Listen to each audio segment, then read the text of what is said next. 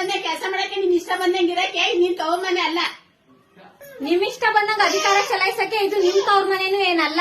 ಇಬ್ರು ಸೊಸೆದಿವೆ. ಏನಂದ್ರೆ ನೀವು ಸೀನಿಯರ್ ಸೊಸೆ, ನಾನ್ ಜೂನಿಯರ್ ಸೊಸೆ, ಅಷ್ಟೇ ವ್ಯತ್ಯಾಸ.